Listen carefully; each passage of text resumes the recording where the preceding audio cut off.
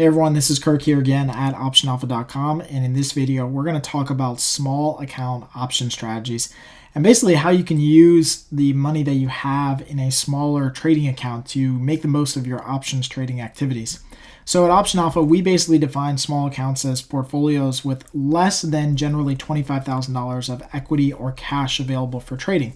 Now, this is still a lot of money, and we get that. And these strategies we'll be talking about have nothing to do necessarily with size, but just with controlling risk so that you have the best possibility of making money long term with your account until you either put more money in or start making more money trading. Because I realize that this entire options game is based on probabilities and math, I have always 100% been a huge supporter of small position sizes, regardless of the total value of the account. And this is really key. We'll go over it here a little bit in more detail. Now, as a small account trader, you should be focusing on the following things. And we'll cover each of these bullet points as we go through this part of the trading process. Number one, you should be focusing on small allocations for each trade. I have an asterisk there because we'll start talking about that a little bit more next. Number two is you should focus on risk-defined strategies, never naked positions or undefined risk strategies. Number three is high probability, highest IV trades first. You want to grab that low-hanging fruit, the trades that have the biggest theoretical edge. That's what you want to focus on first. And we'll show you how to do that with our watch list. And number four is you want to focus on building long-term consistency. And consistency long-term just basically comes down to a math and numbers game of small trades, high probability, and basically keeping everything targeted towards one probability of profit. And again, we'll go through this here in detail. Now, the first thing is obviously account size adjustments. Now, we have got a really cool, simple guide here on Option Alpha. It's 100% free. It's our account size and portfolio adjustment PDF. Basically runs through this entire process start to finish. But what you want to focus on is that at Option Alpha, we suggest an account size or trade size of 1 to 5% allocation per trade. So that means if you get into a new trade in Chipotle, then Chipotle is 1%. And then a new trade in Apple, that's 1%. And then a new trade in Microsoft, that's 1%. So whatever percentage you feel comfortable with, as long as it's no more than 5% of your account balance. Because as soon as you start getting over 5% allocation, the likelihood that you have a run of trades that go against you because you can't control it, you don't know when those trades are going to happen, the likelihood that you have a run of trades that go against you and blow up your account is exponentially higher. So that's why, unlike many, many other services out there, we suggest small portfolio sizes, probably smaller than what some of even the biggest education houses out there say. Now, this being said, this also means that small can be relative to your portfolio size. So if your portfolio size is in here, then a 1% trade in that portfolio size would be here. So again, as you grow as a trader and as your account balance grows, as you start making higher probability trades, that doesn't mean that your allocations should stay the same dollar-wise. Your dollar allocation should go up. And you can see as your portfolio grows, your dollar allocation goes up. But it's the same percentage of your equity that you're still risking with each individual trade, okay? And that's really the key thing. So this is how you're able to scale and grow. Now, I can tell you this honestly, and this is after coaching hundreds and hundreds of people. We've had a couple thousand people go through our trading program every single year. And I can tell you right now, if you can't trade profitably with a small account, there is no reason on earth which makes me believe that you could possibly replicate your trading activities and then magically be successful with a larger account if you can't first trade profitably with a small account. So I'm here to tell you that if you have a small account, it is not something that is going to deter your success. As long as you're committed to doing this and doing it right and you have realistic expectations, you can definitely make money with a small account. Now, are you going to make $10,000 if you have a $5,000 account? Not. You're not going to make that type of money. But if you consistently stay engaged and make sure that you're doing the right things, then it will prepare the foundation and the base for you to then start trading more and more money into the future. Again, if you can't be successful trading a small account, Don't even think that having more money is going to make you a better trader and more successful. You're not magically going to get smarter overnight because you start with $50,000 versus 5, okay? Now, the one asterisk I did put with this is that we have to make sure that obviously the trade size that we're doing is appropriate for our account level, but sometimes that does mean that if you're trading really, really small accounts like under $5,000, sometimes it's going to be hard to find a trade that is 1% of your account balance, which is $50 of risk, okay? And so we'll go over an example here just to kind of show you what we're trying to accomplish and do, and that might help make a little bit more sense with this account size adjustment thing. So here's an example here of just a simple vertical credit spread that we put together a while back on SPY. And you can see that the max profit potential here is $29, and the max risk, which is how we base our basically account size, is on this buying power effect or max risk, okay? Sometimes it's going to be a little bit different because of commissions and margin and things like that. We usually like to focus on buying power effect. That's usually a more traditional way to focus on it because that's what brokers hold in margin for some of these trades. So in this case, if our max buying power effect or max margin is $73.50, and if I'm trading in an account that only has $5,000, then that $73 is going to be higher than a 1% allocation. So if I'm going to target 1%, I may in that instance need to allocate a little bit more money, maybe 2% per trade. Okay, so it's obviously safe to move between 1 and 2 or maybe 2 and 3. If you have a really small account, I would highly suggest that you stay away from the 4 and 5% allocation range until you get comfortable with trading and making higher probability trades, okay? That doesn't mean that you can't go up there. We have definitely been known to go up there, but I can tell you honestly, where I hang out 90% of the time is I hang out in the 1 to 2% region, okay? Because I want to reduce the risk of one single trade going completely against me and blowing up my account, okay? So that's what we want to do. And again, that does mean that if you are trading just one vertical spread, again, one vertical spread in this example here has $73 of risk. So if you're trading in a larger account and you want to do 5 of these, so 5 of these vertical spreads, that would be $365 of risk. You can do 5 of these trades as long as your risk for those trades is less than $365. So if you are trading in, let's say, these two accounts, okay, so you have a $20,000 account or a $15,000 account, you can allocate 2 or 3% respectively, and that would still be decent allocations because your risk in the trade is $365 for those 5 contracts that you're trading, which is less than your allocation allotment that you have, right? So you can only allocate $400 per trade or $450. 5 contracts would be $365 of risk. That would be an okay trade to make. That would be an appropriate account size trade based on your portfolio and how much you want to allocate. Again, I highly suggest if you're starting out, you kind of shy away from doing the 4% and 5% type range allocations. Make sure that you are better off with some of these trades. You understand the concepts and how things work before you start increasing your position size.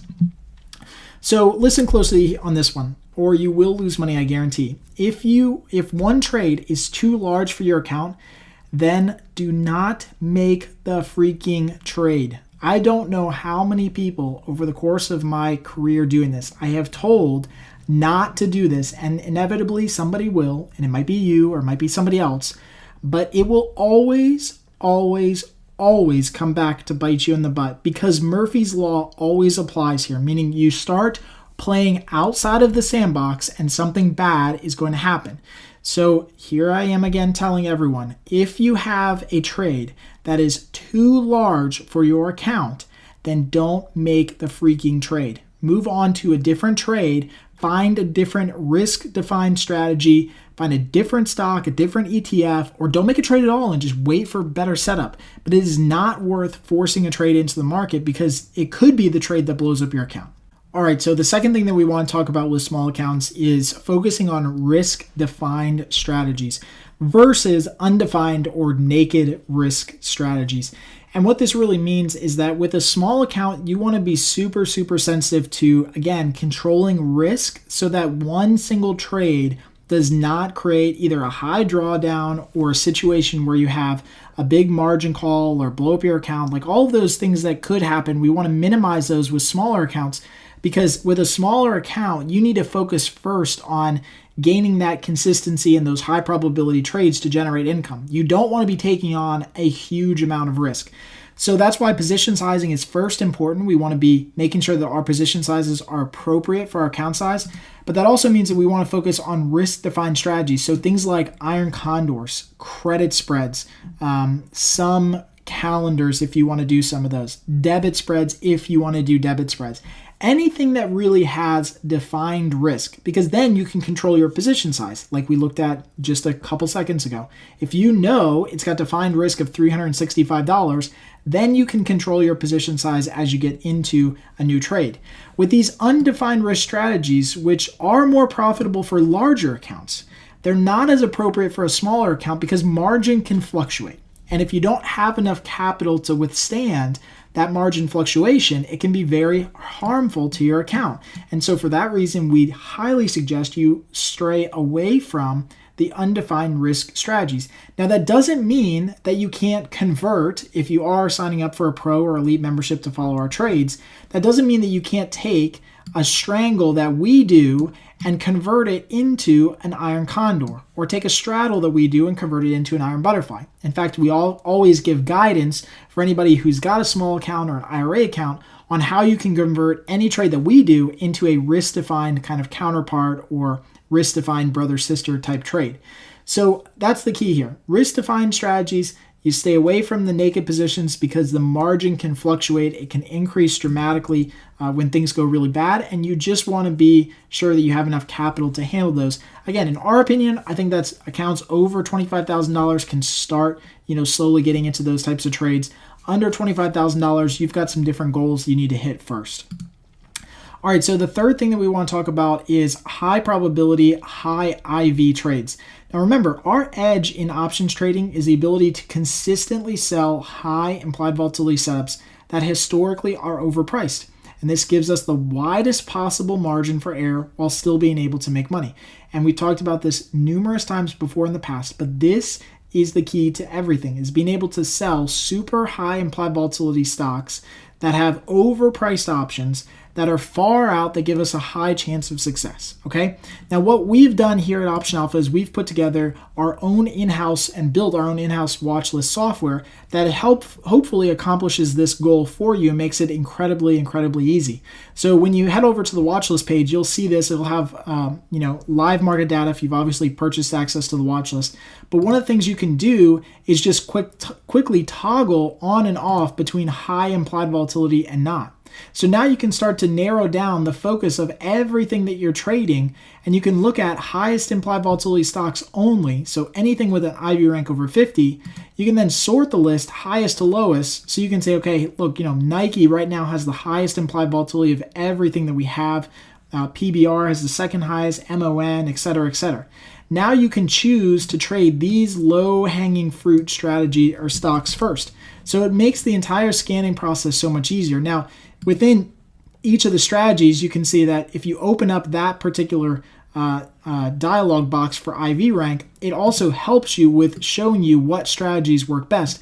And of course, we have the small account or IRA account alternative in here as well. So you can do a straddle or strangle here, but an iron butterfly also works really good if you have a small account. So this makes it incredibly, incredibly easy for you to figure out exactly what you want to trade. If you just want to focus on ETFs and not any earnings trades, you can see there's only right now 2 ETFs that have high implied volatility. And again, you open up that dialog box, you can see you can do a credit spread, a butterfly, an iron condor, all acceptable types of trades for small trading accounts. But the key here is focus on this low-hanging fruit first. You don't want to focus on stocks that have low implied volatility. You want to focus on just the ones that have high implied volatility. And again, hopefully that helps having that watch list available here on Option Alpha. Now, the last thing that we have to talk about is long-term consistency. You see, people always ask me, how do I be more consistent with my trading? And it's really, really simple. It's actually just a matter of being persistent and consistent at the same time. And you got to have both of those. You can't be one or the other. But here's where I want to start. The law of large numbers states that as a sample size grows, i.e. the number of trades, the mean will get closer and closer to the expected value of the whole population. Now, this is a law in statistics and math that basically means that the more times you trade, the closer you're going to get to the probability that you're targeting. Okay, and we'll talk about this here a little bit more. Let's use a quick example of a coin toss. We always use this example in a lot of the coaching and webinars that we do, but it's so critically important. If you start flipping a coin, we know that there's a 50-50 chance of it being on heads or tails. But if you start flipping that coin the first time and you hit and you got a heads, then we know the next flip has a 50-50 chance of being heads or tails. But what if you get another another heads, and you get another heads, and you just keep getting heads, right? There has to be a point at which the number of times that you get heads is going to be directly offset by the number of times that you flip tails. If it's a fair two-sided coin, eventually the more times you flip that coin, the closer and closer it's going to come to the expected result, which is basically half heads and half tails. Okay. Now, one little case study that we just ran just on like a random number generator site here basically had the number of tosses and then the number of heads that we received over time. And this was random. So it wasn't just linear, like after 100, you'd get 50 heads, right? This was a random, basically a random number generator system. And so after the first 4 rolls that we basically had one trade that was heads.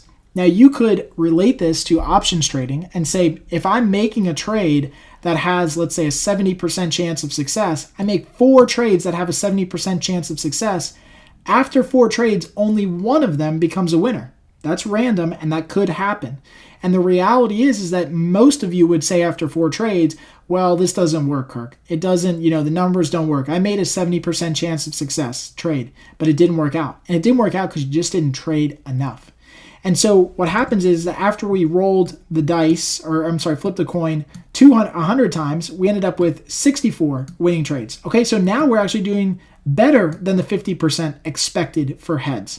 And after we did 1,000 rolls, we ended up with 582. So again, slightly better than the expected. But then after 10,000 times that we flipped this magical random coin here, we ended up with 4,989 number of heads, almost exactly 50%. Okay, so the reality is that the more you trade, the closer and closer and closer you're going to get to your expected probability, whatever you're targeting. Okay. Now, the way that we always relate this is think about your trading on a probability scale. Okay. So if your target is 70% winners, which by the way, that's our target here at Option Alpha. That's where we build most of our trades, is to be about a 70% winner. We find that that's the best risk reward for us historically, okay?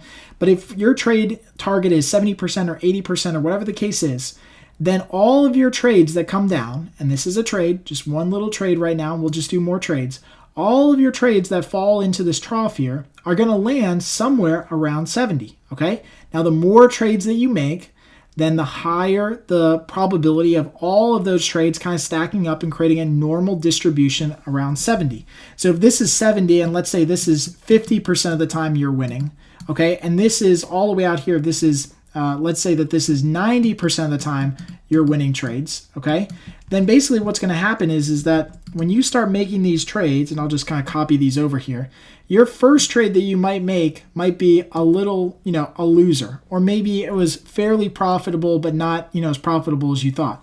And then your next trade that you make is a little bit, better. Now it's a big winner. And the next 2 trades that you make after that, those trades are both losers as well. So now you've got a couple losers after making just 4 trades. You start thinking to yourself, man, I've got a couple losers, just like that coin toss thing, where I've got a couple losers. This thing really isn't working out. I'm trying to get trades around 70% chance of success here.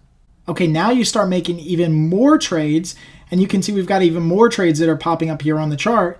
And now a lot more of your trades are now falling in that 70% win rate type target. So now as you start increasing the number of trades that you're making, again, all small trades, you're going to have the vast majority of them fall into the 70% or so win rate range. Yeah, you're going to have a couple trades that are outliers. So one really bad loser, one amazing winner, right? That's going to naturally happen. But again, it's creating that normal distribution payoff diagram that we've all come to expect. And that's been proven time and time again as you increase the number of trades and consistency that you have. So here's the deal. You'll hit what you're aiming for. It's just as simple as that. This is why trade size and high probability are so important for smaller accounts. You have to be able to place enough trades so that one, over time, the number of trades will work out in your favor, and they will, just like a coin flip.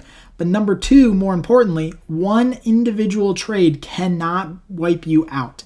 If you have a trade size that is too small and you're not placing these high probability trades like we're showing you how to do on Option Alpha, one trade can wipe you out if you do something really stupid. And we don't want that to happen. We want to mitigate that risk by controlling our trade size, focusing on where our edge is in options trading. If you do that, everything else will take care of itself.